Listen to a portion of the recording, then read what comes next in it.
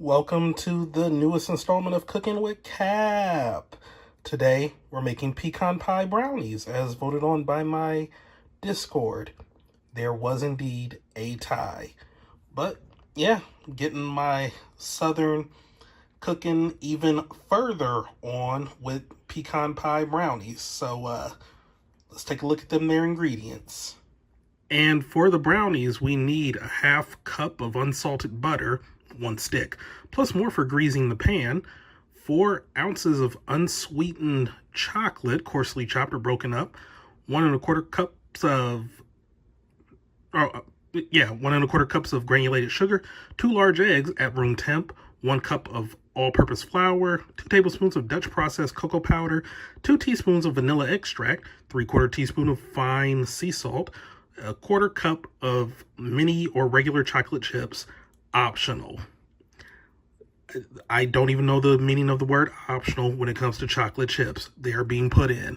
And for the pecan layer, we need 6 tablespoons or 3/4 of a stick of unsalted butter melted, 1/4 cup of honey, 1/4 cup of light or dark brown sugar, 2 tablespoons of heavy cream, 1/4 teaspoon of fine sea salt, 2 cups of toasted pecan halves, coarsely chopped, and flaky sea salt such as Maldon. Alrighty, let's go. Alright, let's get started on the brownies. I got my saucepan right here, and I'm going to add the 1 stick of butter and my 4 ounces of chocolate. I'm using Ghirardelli. Oh yeah, it's gonna be good. And there's the butter and the chocolate, and I got the heat set to low, and I'm going to be melting the mixture, stirring constantly with a rubber spatula until smooth, taking care not to let the chocolate burn. So yeah, let's let me get this show on the road. Just showing it in progress. Maybe I should have broken up the butter a little too. Oh well, it is what it is. Okay, there's just a little more butter left, but yeah, as you can see, it is pretty smooth. So yeah, once the rest of this butter is done, I'm going to be transferring this to a large bowl. There it is, and to this I'm adding the 1¼ cup of sugar. I'm gonna stir this in. And there it is with the sugar mixed in. So now I'm gonna let the mixture cool until it's just warm. About 5 minutes. Okay, it's sufficiently cooled down. So now I'm about to whisk in 2 room temperature eggs. And there be the 2 eggs, and here be the whisk. And there it is with the eggs whisked in.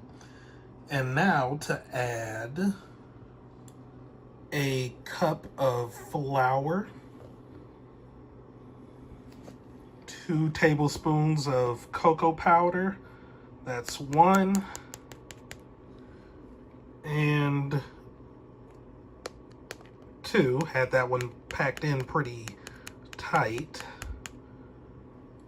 2 teaspoons of vanilla extract, that's 1, and 2, and 3/4 of fine sea salt, or 3/4 teaspoons of fine sea salt.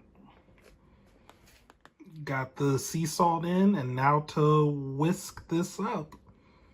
And there it is, all whisked up. And I'm going to go ahead and mix in some chocolate chips. 1/4 cup of some Ghirardelli milk chocolate chips, to be exact. Alright, so I got the batter in a prepped 8x8 brownie pan.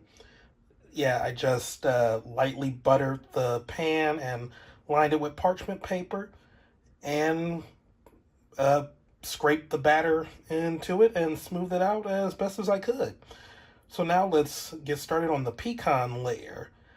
I got another bowl ready, and in this I'm going to add 6 tablespoons of melted unsalted butter,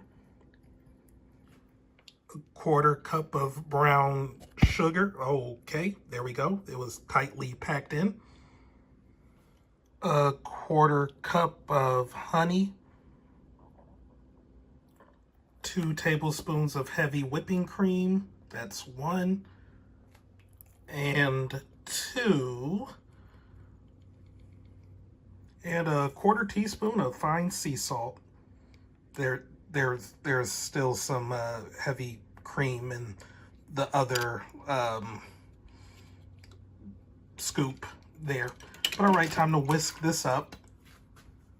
And there's the mixture looking pretty brown. But I'm about to fold in the 2 cups of pecans into this. And there they are, thoroughly coated. I got the oven heating up to 350, and I'm about to go ahead and spread this over the brownie batter. And there it is. And now just sprinkle a little flaky sea salt on top. Couldn't actually find any, so I just found coarse sea salt and grinded it up a little. With this to be exact, there's a grinder on it, so yeah, it got the job done, I guess. Alrighty, there it is with some flaky salt of the sea variety sprinkled on top. And now to bake this until the top is set and firm to the touch, especially in the center, 45 to 55 minutes.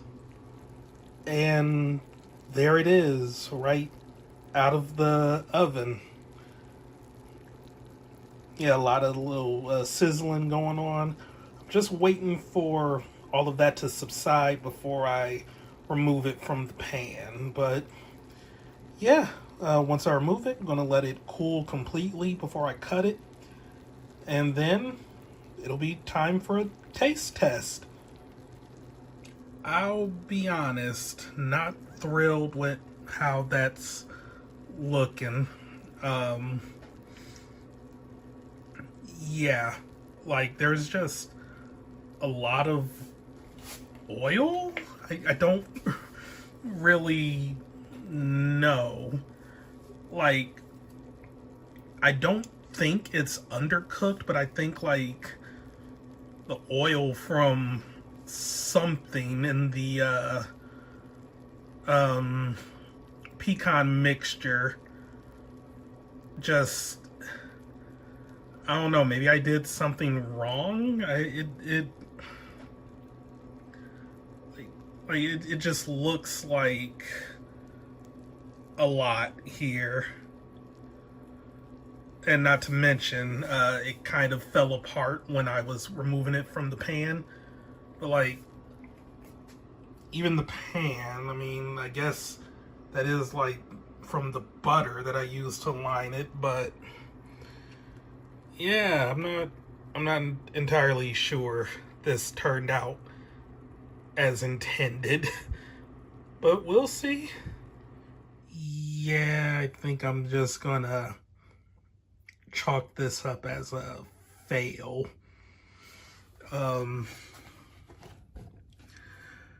The middle of the brownie doesn't seem like it cooked all the way despite being firm to the touch, but I mean, that was just the top layer of pecans. But yeah, it's falling apart like crazy. And yeah, I think it's safe to say this was a fail.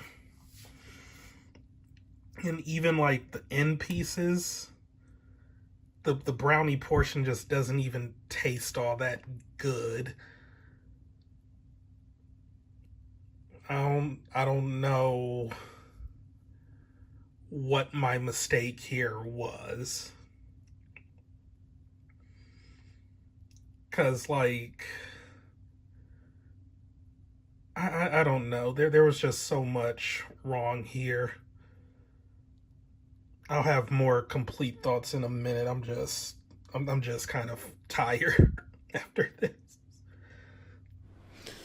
All right, post commentary cap here, and yeah, I don't know, man. Like, I really like baking, and this one, it hurts. It hurts because I was hopeful when I was mixing everything. I was excited. It was smelling good while it was baking, and then to just see this, it was a little disheartening. And I don't know what I'm doing wrong. Because yeah, my oven, it's a gas oven, gas stove top. So like, I don't know. I was told that like baking with electric and baking with gas, it's like it's different. But I haven't. I don't know. Like I've baked some things that turned out perfectly fine, like that apple cinnamon quick bread. I've done a cake for a like family gathering, banana pudding poke cake that turned out amazing. It was perfect. But I mean, obviously with that I just baked the cake as is and then like I pulled it out and did the toppings. And the apple cinnamon quick bread, it was just a quick bread with a glaze that I then did on top. Whereas like the apple cake I tried to do, like with the apples in a wheel on top of the batter, or this, everything just came out not fully cooked, and it it's looking like it's tending to be the things that have like, well, lack of a better term, an extravagant topping on top, or a thick topping on top of the actual like cake itself. So I don't know, like maybe for the time being I should just stick to like more simpler cake recipes, or what, cuz I don't know what I did wrong here with these brownies.